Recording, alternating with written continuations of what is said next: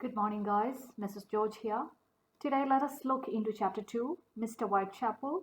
As you know, Mr. Whitechapel is the plantation owner, and in here we are going to see the callous nature of Mr. Whitechapel, heartlessness of Mr. Whitechapel, and we could see him, or we could see his attitude towards Whitechapel. He's having a conversation with Santos Jr. and the deputy, so we could see his attitude towards all these three people.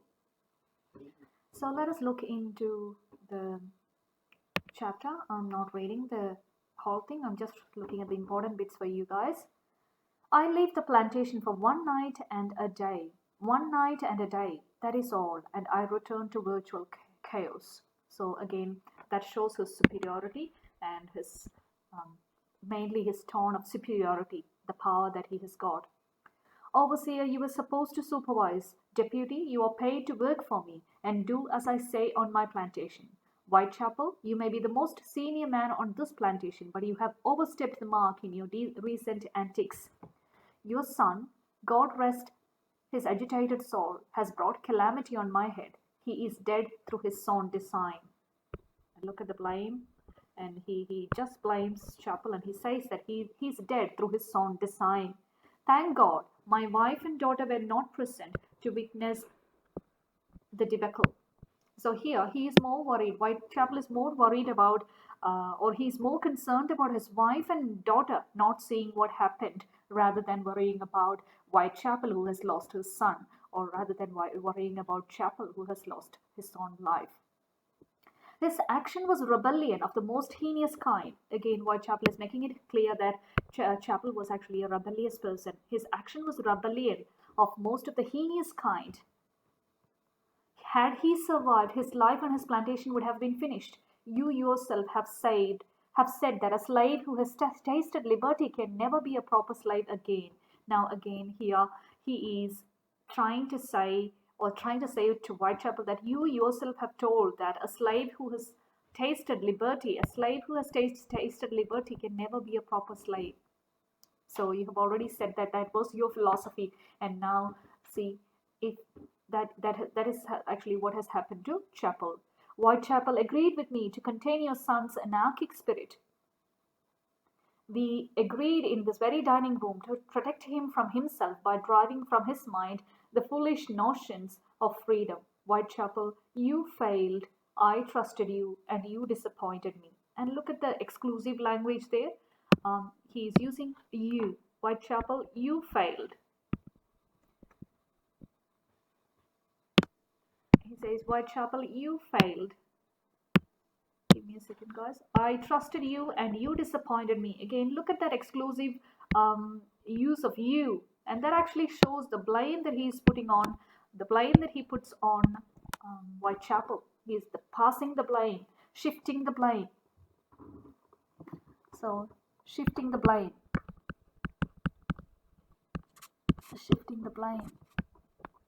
to Whitechapel. And that shows, that shows the irony. The slave Whitechapel is very powerless, but now at the last minute, Mr. Whitechapel is shifting all that blame towards the slave who is actually powerless. And look at the irony of that. And next paragraph, tell me what I am to do with a plantation of disgruntled slaves. Sell every last man, woman, child. I'm not reading the whole thing. My acquaintances tell me I am too silent. Oh, sorry, I'm too lenient. My acquaintances tell me I am too lenient. They tell me I fatten up slaves, too much larger meals and decent quarters, and I work them too little. Too little. I work them too little. So here he portrays himself as a very liberal slave owner, very liberal slave owner, portraying himself as a liberal slave owner. And he says that other people have been complaining that I am too lenient. I am just fattening up slaves. No, I argue back, on the contrary, a satisfied slave is a happy slave and a more productive worker. So this is his attitude. I always argue back and then I say, a satisfied slave is a happy slave and a more productive work. Treat them like equals and they respond with nobility. That is his philosophy. Instead, what do I get? Whitechapel reassures from you, reassures from you, and this effrontery from your son. I say, effrontery is actually the arrogance, and this arrogance or effrontery from your son. I say this punishment was just, however ramshackle its execution might have been.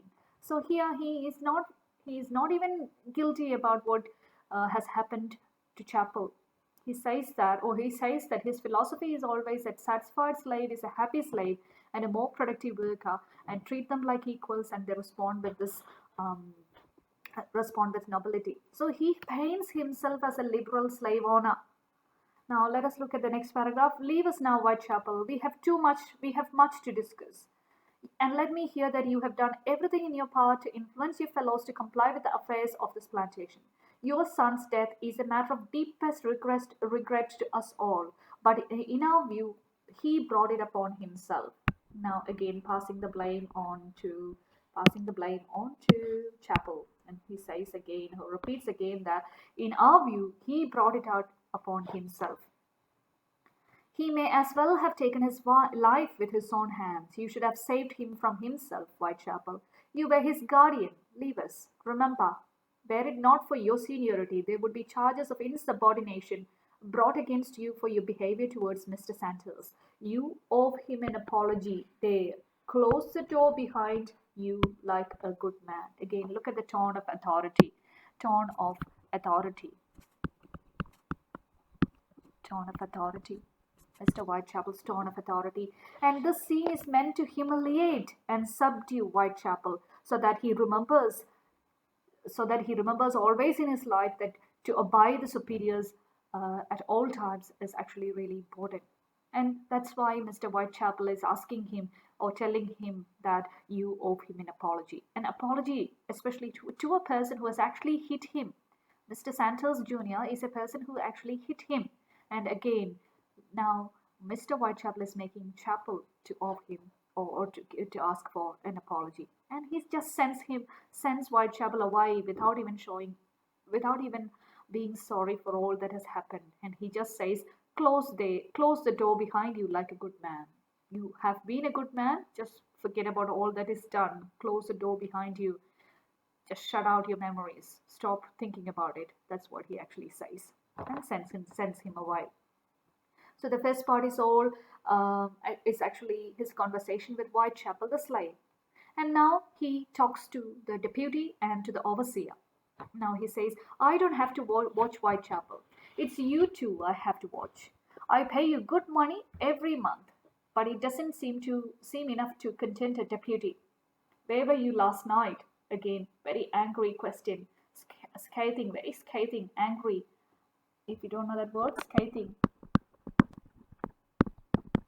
Angry. In an angry tone.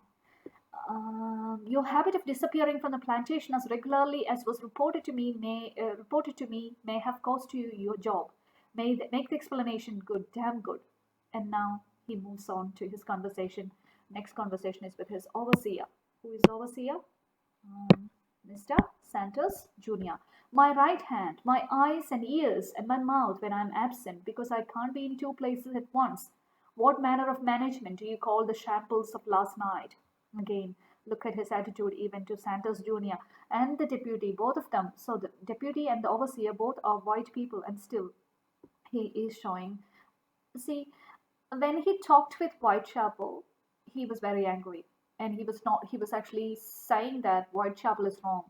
But when Whitechapel has left and when he's talking to deputy and to the overseer, he is blaming them. So Mr. Whitechapel is constantly passing that blame to people.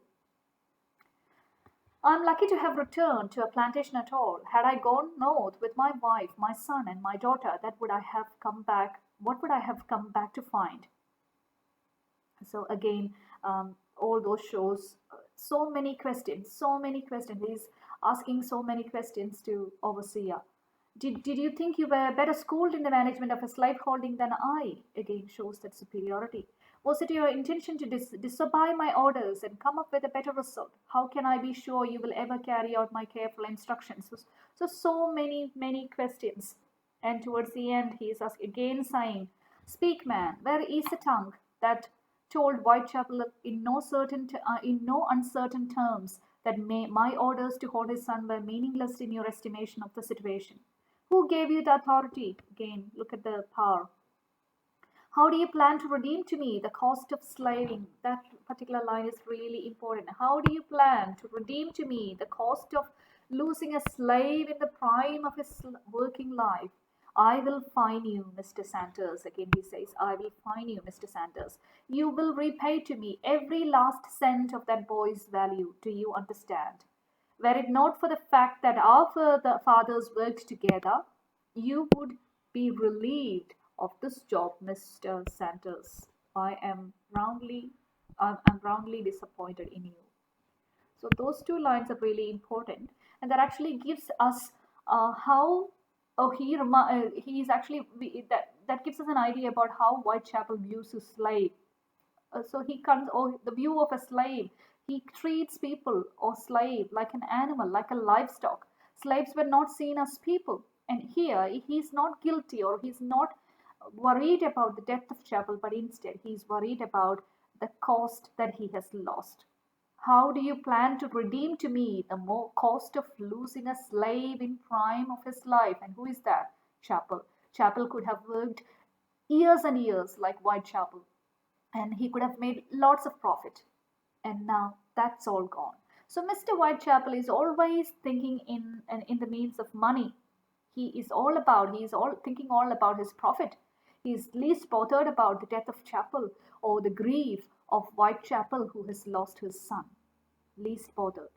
So he reminds, and again in the last line, were it not for the fact that our fathers worked together. So Mr. Sanders Sr. and Mr. Whitechapel's father, they worked together. If it were not for that, you would be relieved of this job, Mr. Sanders. I'm roundly disappointed in you.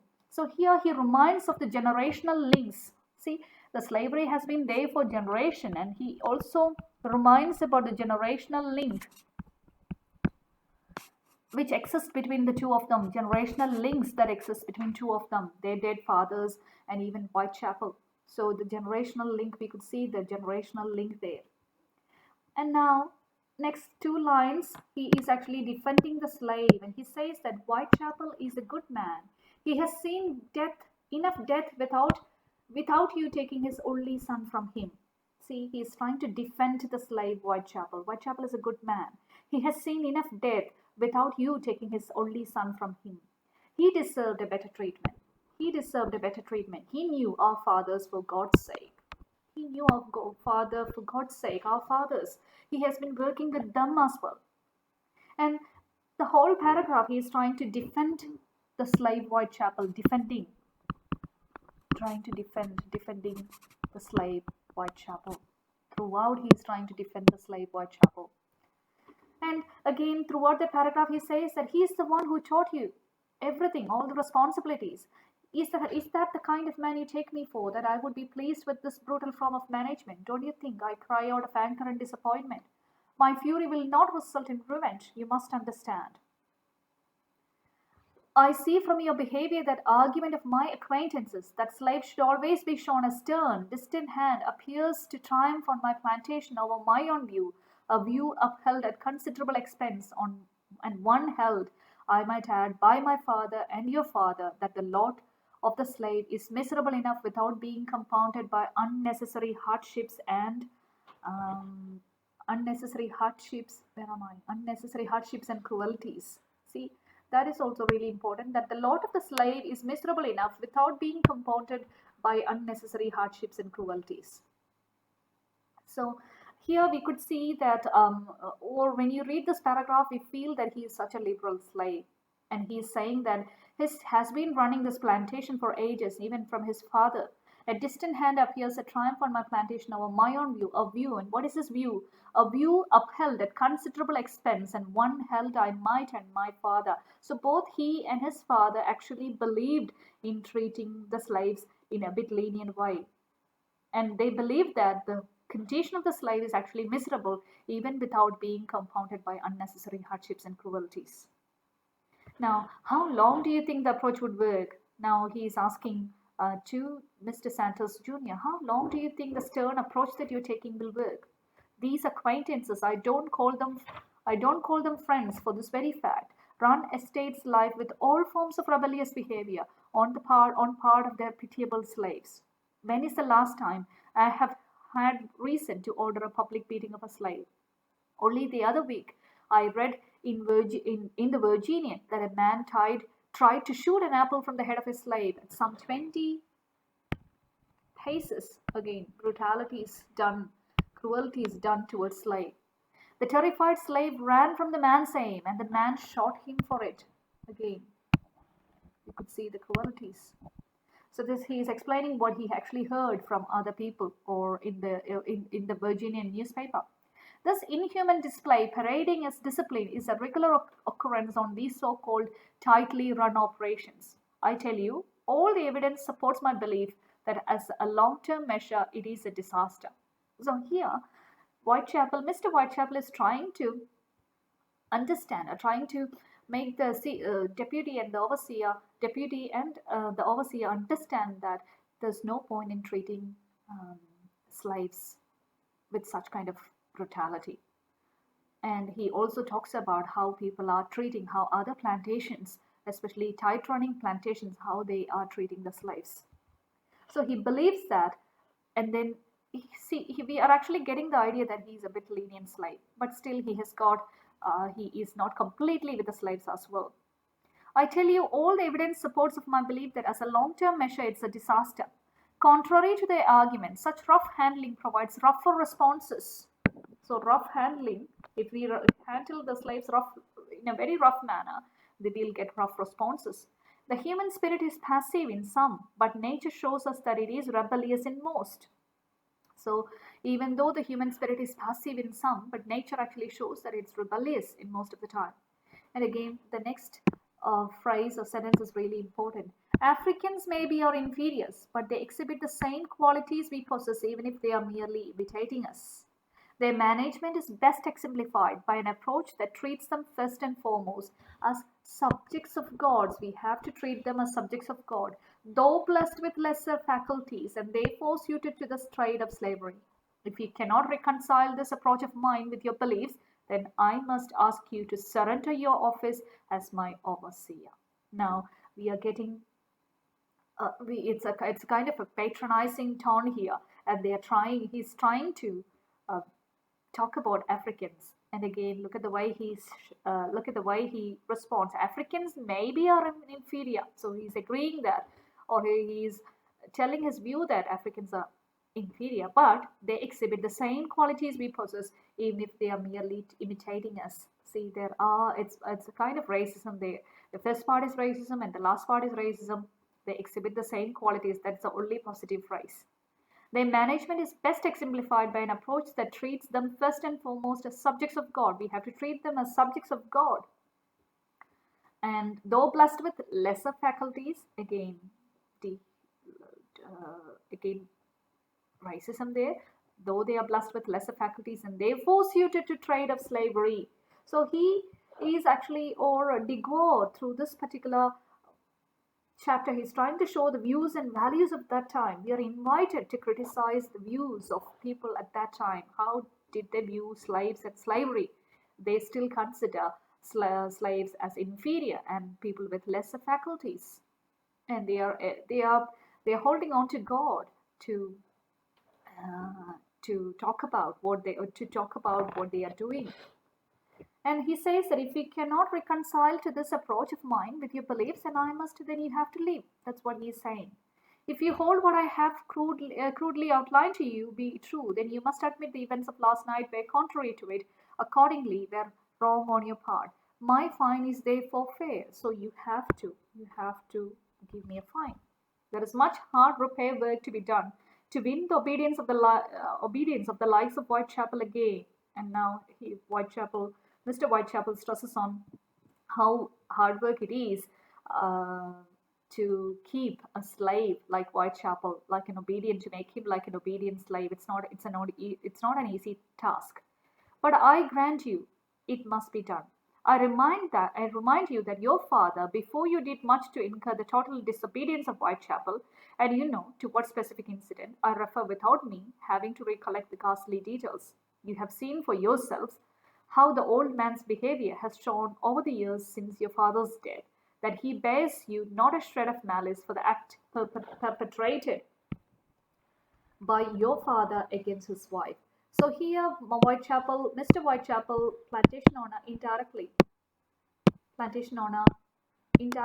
says or indirectly refers to the atrocities done by Mr. Santos Sr., the father of the Santos Jr., atrocities done to Cook. Again, the act perpetrated by your father refers to that actually is referring to the rape of Cook, Whitechapel's wife, rape of Cook. Since your father's death, that he bears you not a shred of malice, and even after knowing this, and even after all these acts perpetrated by your father, still he is not even keeping a malice against you. There is simply too much history between us all to justify what you did last night. Too much. What began as a single thread has over the generations woven itself into a prodigious carpet. Prodigious means a very colossal, big carpet that cannot be unwoven. So here he emphasizes the importance of the past to present relationship. Past is really important to for the present relationship, stressing that everyone is interlinked through these events. See, Mr. Santos Jr. is connected because of his father's atrocities committed to Whitechapel and to his wife Cook, and even to his chap and even to the son Chapel. So he's saying that it is all connected. History is interconnected. We are all connected. It's like a big carpet, and it has taken generation. It has taken what began as a single thread has over the generation woven itself into a prodigious carpet that cannot be unwoven. We cannot unweave it. There is no good in pretending that a single thread of cause and effect exists now, when in actual fact that the carpet is before us with many beginnings and no end in sight. The only logical solution is to continue with this woven complexity and behave responsibly. So what why Mr. Whitechapel is trying to say is we have to the only logical solution is to continue this woven complexity. Again, the treatment of the slaves and dealing with them, it's a woven complexity, and only solution is we at least we have to behave responsibility, or we discard the entire fabric and begin again. What do you mean by discarding the entire fabric? Forget about the slavery, abolish slavery, and begin entirely new again. Down that road lies chaos. If you're going to do that, that is hard work, that is chaos.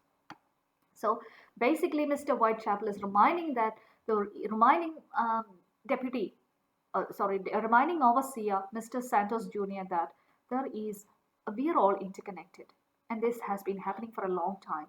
Only solution here is for you to behave logically and responsibly. Otherwise, we'll have to forget about all this and we'll have to start again new, which is really hard. Basically, he's trying to warn Mr. Santos Jr. Now, next paragraph, Whitechapel has lost his second wife to your father. And he's stressing that because Whitechapel has lost his second wife. Who is the second wife? Cook. Whitechapel's second wife is Cook. So Whitechapel lost his second wife to your father. You know that. She was pure and unsullied until he laid hands on her. Again, mention about rape. It's all about Mr. Santos Sr.'s rape on until he laid. He refers to Santos Sr. Nevertheless, Whitechapel stayed with her after the birth of the boy. Santos, steady yourself. Your father said you knew all there was to know. He assured my father of this fact. My father took this to mean that you were fully informed. So what I knew that my father took this to mean you were fully informed. Whitechapel raised the boy as his son. In all the years he told him nothing of his forced conception. I thought he knew this. So it's at this moment Mr. Whitechapel is revealing that Chapel is actually his half brother. Whose half brother? Santos Jr.'s half brother. Because Cook was actually raped by Mr. Santos Jr. and Chapel was his son. So basically, Mr. Santos Jr. is his half brother. So my father took this to mean that you were fully informed. I thought you were fully informed of all this. Whitechapel raised the boy as his son. Whitechapel adopted the boy and raised Chapel as his son. All the years he told him nothing of his forced conception. But I thought you knew this. It would have been sufficient to prevent you whipping your own half brother to death. At least you should have thought about it before whipping you to death. And at least the knowledge that Chapel is his half brother would have prevented you from whipping him. Whitechapel should have reminded you. And if you didn't know, Whitechapel the slave should have reminded you. But what might have happened is he must have thought you knew and you did not care. And as you know, Whitechapel is powerless, and he's even if he says that to Mr. Santos Jr. that Chapel is your half brother, he will be punished in front of everyone. So Whitechapel has got no authority there. But again, Mr. Whitechapel is pointing the blame towards Whitechapel as well and says Whitechapel should have reminded you. You must have thought you knew. He must have thought you knew and did not care. All these years he kept the woman. Woman refers to Cook. No more than that, loved her, put the violation behind him, forgot about the rape, put all the violation behind him, made her feel she was his and not your father's chattel. I told you about chattel. Chattel means property. He never considered Cook as your father, Mr. Santos Sr.'s property. She bore him no children. Cook did not bear him any children. Not the son, coveted all his life, though blessed with a dozen daughters. We know that Whitechapel, the slave, has got lots of daughters, but he hasn't even got a son. But she didn't bear a child for Whitechapel. Still, Whitechapel was ready to adopt and take care of her son Chapel as his son. So it's at this moment Mr. Santos Jr. is realizing that Chapel is actually his half brother. Whitechapel would not have knowingly stood back and allowed you to whip your own brother to death. Again, whipping your own brother, that's what actually has happened to Santos Sr. Santos Jr. Santos Jr. has whipped his own brother to death. He would not. You see, no one was to talk about it. See, all that history, or about the rape of Santos Sr., that was no one was even allowed to talk about it. That was forgotten. And with time, it sank to the bottom of everyone's mind. My father died, your father, Whitechapel's wife. It seemed all the people who were directly involved, to whom it was important and painful, were dead, along with the shame, with the exception of Whitechapel. Look at the theme of shame. Theme of shame. You could see that in the 7 stages as well, especially the theme of shame when the woman's brother was caught. Same way here. There was a lot of shame, and he was keeping all that in his mind. Whitechapel said nothing to his son. He did not say anything to his son. You behaved like you knew. Deferential towards Whitechapel and tolerant of his spirited son. My orders to hold him until my return were issued in light of all these exceptional circumstances. Now, he is very clever, Mr. Whitechapel, and he says that, see, my orders to hold Chapel until my return were issued in light of all these exceptional circumstances. He knew all this. He knew a lot of history. He knew that people are connected and people have done wrong to Whitechapel the slave. That was the reason why he issued that order not to hurt him, because he was an exceptional case. Ordinarily, I would have let you run the plantation and hold dominion over the fate of the runaway. He was no ordinary runaway. Again, stressing the fact that Chapel was no ordinary runaway. I thought you knew. Your father was supposed to inform you that, and that was the end of it. So everyone thought your father, Mr. Santos Sr., would have informed you. No one was to raise the matter even ever again, because that chapter was closed. This whole mess cannot be entered any more than it can be made as simple as it may have been at its inception. Your father's action, and that of countless others before him, and since ensured that. And here, Whitechapel is stressing on the whole mess that the whites have done towards the slaves. Just like the white European settlers have done to the indigenous people. The whole mess cannot be ended any more than it can be made as simple as it may have been at its inception. At the very beginning, your father's action, the rape of Mr. Sanders Sr., Mr. Sanders Sr.'s rape of Cook, and that of the countless others before him, many other people before him has done the same thing to the slaves. So from that moment onwards, this has been like this. So ultimately, he is trying to ensure that the sins of the past are not forgotten, nor are their consciences allowed to remain at ease because of his presence. Now, again, next line is also important. Whitechapel's longevity and living memory ensures that our consciences, for God's sake, ensure it too. We must not allow the straight to turn us into savages. We are Christians. God should guide us in our dealings with slaves as He counsels us in everything else. See, towards the end, we could see the hypocrisy of Whitechapel, the plantation owner. Whitechapel is always trying to be friend with God and Christianity, and he says that Whitechapel's longevity and living memory actually ensures that the sins of the past cannot be forgotten. Ensures that the sins of the past cannot be forgotten. Cannot be forgotten because his memory is still there. He is still there. Through him, all the past atrocities are still living. Whitechapel's longevity means his long life, and his living memory ensures that, or that is like, it is something like that the sins of the past or the sins that we have committed at the past are still in the minds, or still it is in the memory of the people. And now he says that our consciences, for God's sake, ensure it too. We must not allow the stray to turn us into savages. We are Christians. God should guide us in our dealings with slaves as He counsels, as He guides us in everything else. Join me in a little prayer. Let us ask for advice and strength. We will pray and return to our face with God's grace by our side. Again, look at the hypocritical nature. So, hypocrisy. We could see the hypocrisy of Whitechapel. Mr. Whitechapel. So we gain an insight into the moral precepts by which Mr. Whitechapel, as a liberal slave owner, lives and operates. He believes himself as a liberal slave owner. Yet despite this, he still unarguably he is a man who relies upon the forced labor of other humans to maintain his opulent, very luxurious lifestyle. In order to maintain his luxurious life, he still depends on slaves. So faith seems hypocritical here. Faith seems hypocritical.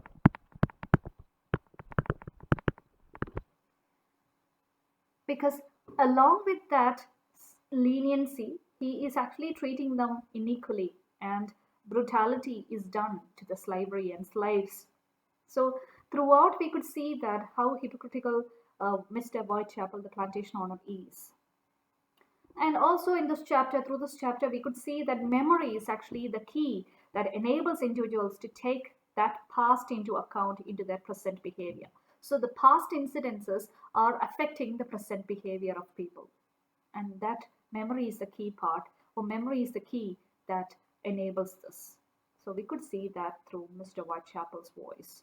So throughout this paragraph, we could hear the uncompromising, callous, and heartlessness of Mr. Whitechapel. We could hear the tone of superiority and authority. We could see how he deals with slaves, his overseer, his deputy. And he always talks about being nice to the slaves, but at the same time how he depends on slaves. He actually wanted slaves to make profit. So to have a very luxurious lifestyle, opulent lifestyle, he still depends on slaves. That's all about this chapter.